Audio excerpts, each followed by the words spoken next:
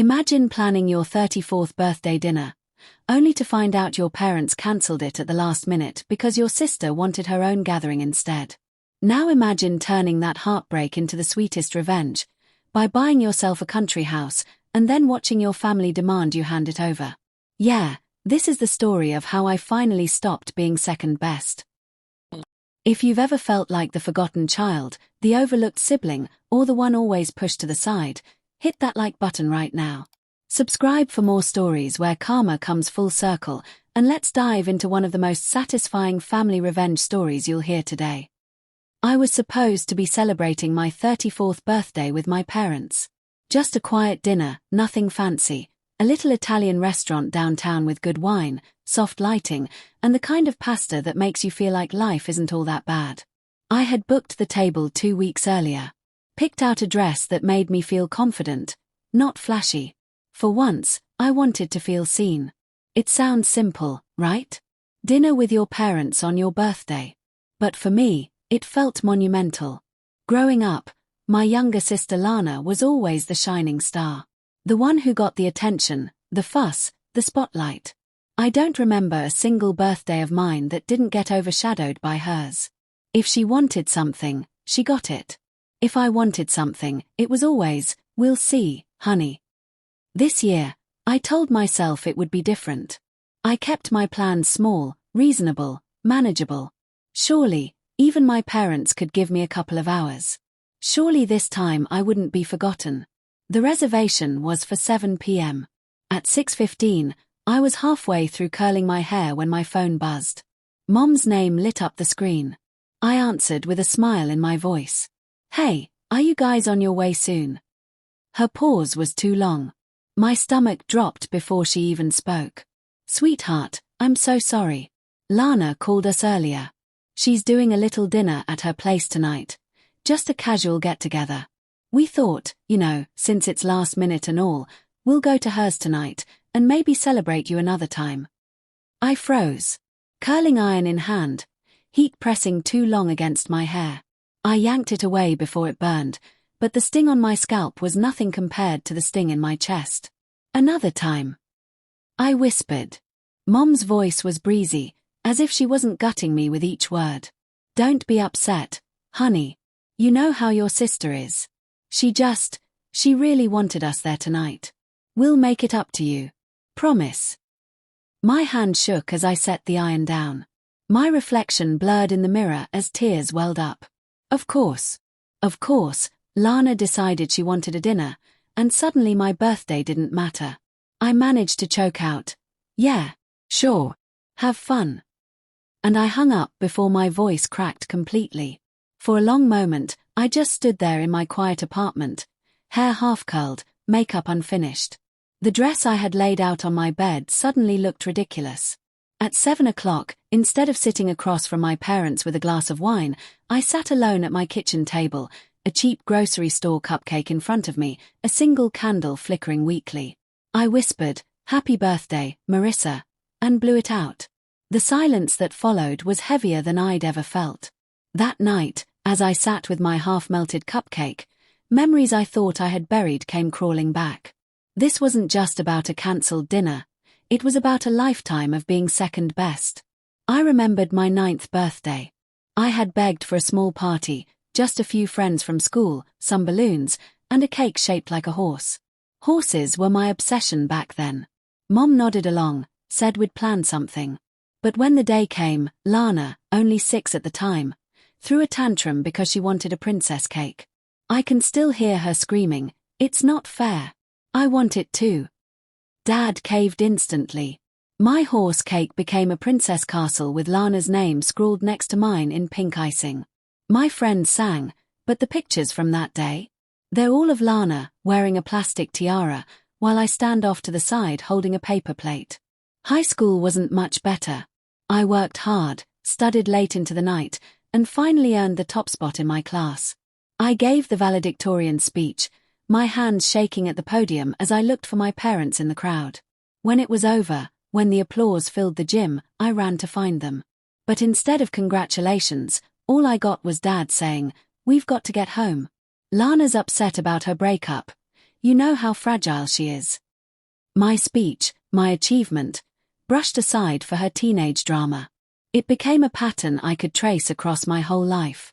In college, when I landed a competitive internship, they didn't even ask how it went.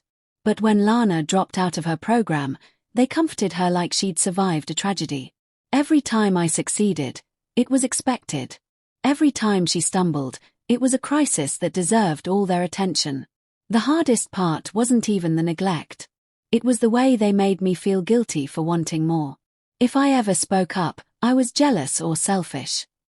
Once, during a family dinner, I dared to ask why Lana's mistakes always got a free pass. Mom gave me that disappointed look and said, "Marisa, you're the strong one. You don't need the same kind of attention she does. Can't you just be happy for her?" Strong. That was their word for me. Strong meant invisible. Strong meant they could pile their love onto her and assume I'd be fine. Strong meant celebrating my birthday another time while they rushed off to whatever Lana wanted. As I sat in my apartment that night, cupcake wrapper crumpled in my fist, I realized something. I had spent 34 years swallowing that narrative. 34 years believing I was supposed to settle for scraps of affection. And suddenly, it burned in my chest like acid. I wasn't strong. I was starved. And I was done pretending that being ignored didn't hurt. The candlelight from my little cupcake flickered against the kitchen wall, casting long, shaky shadows. I stared at the half-eaten frosting like it might suddenly fill the emptiness in my chest. My phone buzzed a few times, friends sending cheerful happy birthday texts. One even wrote, "How's the family dinner? Did your parents spoil you?" I typed and erased my reply 3 times before settling on, "Plans changed. It's fine." But it wasn't fine. It hadn't been fine for years. I sat there in the quiet, the hum of the refrigerator the only sound, and I realized how absurd it was. 34 years old, celebrating alone because my parents couldn't be bothered. I tried to swallow the lump in my throat, but the tears came anyway. Hot, stinging, humiliating. I buried my face in my hands and sobbed until my chest hurt. For a while, I let myself break down completely. All the birthdays forgotten. All the graduations brushed off. All the times I'd told myself to be strong. It all came pouring out in ragged, shaking breaths. But then, somewhere in that storm of tears, anger began to rise. It wasn't loud or explosive. It was quiet, steady, like a fire starting in the pit of my stomach. Why do I keep letting them do this to me? Why do I keep waiting for them to change? I wiped my face with the back of my sleeve, staring at my reflection in the dark kitchen window. Red, swollen eyes. Mascara smudged. A woman who had spent her entire life begging for crumbs of love. And suddenly, I hated that version of myself. The voice in my head shifted. "They will never choose you, Marisa. Stop waiting for them to. Choose yourself." The words rang through me with startling clarity. My breathing slowed. My hands stopped trembling. For the first time in years, I felt a strange calm, like I had been standing outside in the cold rain forever and finally stepped into a warm, dry room. I blew out the candle on the cupcake again, not as a wish this time, but as a silent declaration. This was the last birthday I would ever spend hoping they'd show up. I didn't know how yet, but I knew one thing for certain.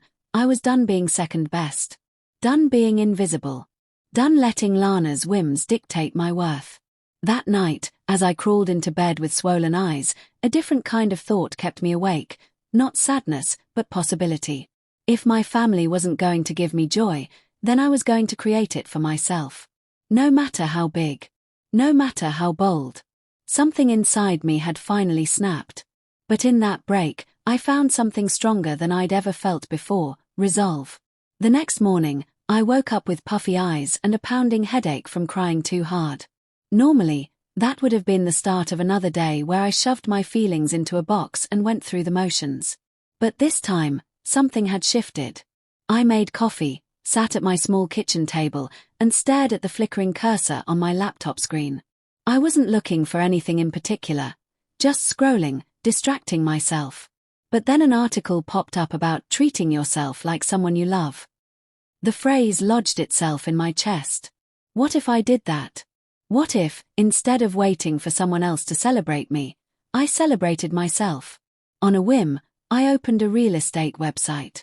Harmless curiosity, I told myself. Just looking. But within minutes, a listing caught my eye, a country house about an hour outside the city. 2 stories, white siding, a wraparound porch, surrounded by towering trees that looked like they'd been guarding the place for decades. The photos showed sunlight spilling across wooden floors, a fireplace with stonework, and a little garden out back just waiting for someone to bring it to life again. My heart thudded as I clicked through the pictures. I could almost hear the creak of the porch steps, smell the fresh pine in the air, imagine mornings with coffee on that balcony while birds sang. For the first time in a long time, I wasn't picturing what my parents or Lana would think. I was picturing myself, happy, peaceful, finally at home. I laughed nervously, shaking my head. Don't be ridiculous, Marisa. You can't just buy a house because you're upset. But the thought didn't leave. If anything, it grew louder. I grabbed a notepad and started crunching numbers. I had savings, years of being practical, of never splurging, of always being responsible. I had enough for the down payment, even enough to fix up the little things.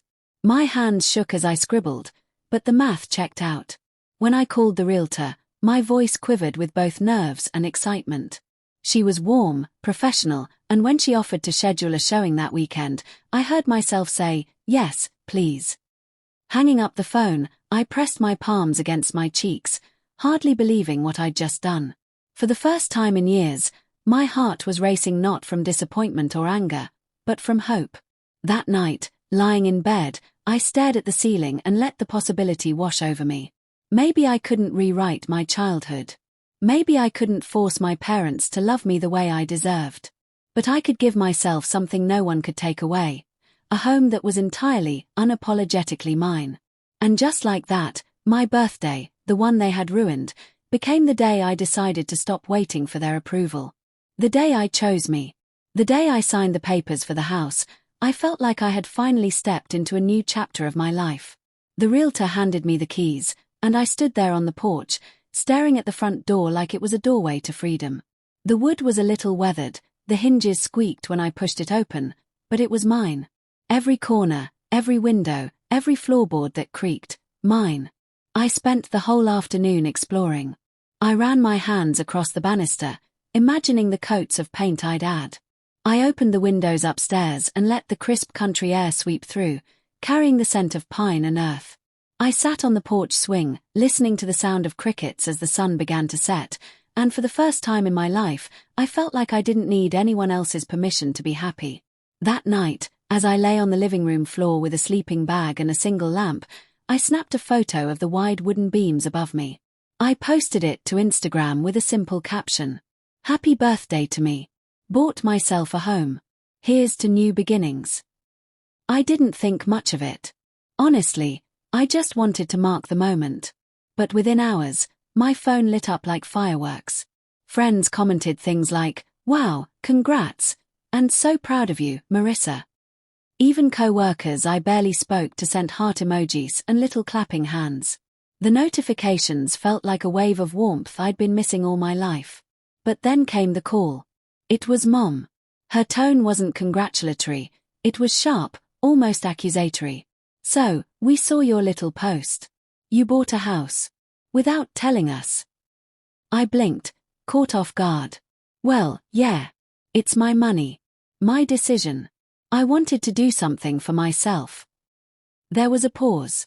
Then she said the words that made my blood run cold. "You know Lana's always dreamed of a place like that. Don't you think it would be kinder, fairer, if you let her have it? She's younger, she's trying to settle down. You don't even have kids, Marisa. What do you need all that space for?" My hand tightened around the phone until my knuckles went white. "Wait. Are you serious right now?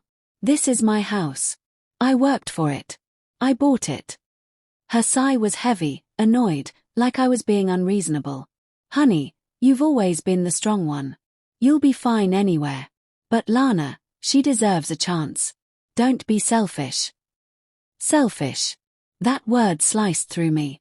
After years of being overlooked, ignored, dismissed. Now, for daring to finally give myself something, I was selfish. I took a deep breath, my voice shaking but firm. No. The house is mine. Lana will have to figure out her own life, just like I did. I hung up before she could guilt me further. My heart was pounding, but for once, I didn't feel small. I felt strong. I should have known the phone call was just the beginning. My parents weren't the type to take no as an answer, at least, not when it came from me. A week after that conversation, I was at the house unpacking boxes when I heard tires crunching on the gravel driveway. I peered out the window and felt my stomach drop. Mom, Dad, and, of course, Lana. Before I could even reach the door, Lana was already stepping out of the car in her designer boots, sunglasses perched on her head like she was touring a property she was about to purchase. She didn't knock. She didn't hesitate. She just walked right in. "Oh my God," she squealed, twirling slowly in the foyer. "This is perfect. I'll take the upstairs bedroom, the one with the big window. It'll be great for natural light. Oh, and we can repaint this place. I want it bright, airy, maybe white and gold." I stood there, frozen, anger bubbling so fast I could barely keep my voice steady. "Lana, this is my house. Not yours." She waved her hand like I'd just said something silly. "Don't be dramatic, Marisa. You don't even like living out here. Mom said you just bought it on impulse. Honestly, you'd be happier back in the city. This place, it's more me." That was when my parents finally stepped inside. Dad crossed his arms. "Marisa, don't make a scene. You know your sister has always wanted something like this. You're older, you can get another place. Be reasonable." My chest tightened. My pulse hammered in my ears. I couldn't believe what I was hearing. Reasonable? You think it's reasonable to demand I hand over the house I paid for? With my money? Mom's voice softened, the manipulative kind of soft I'd grown up with. "Sweetheart, Lana's just starting out. She needs stability. You've always been so independent. You don't need this house the way she does." I felt my nails dig into my palms.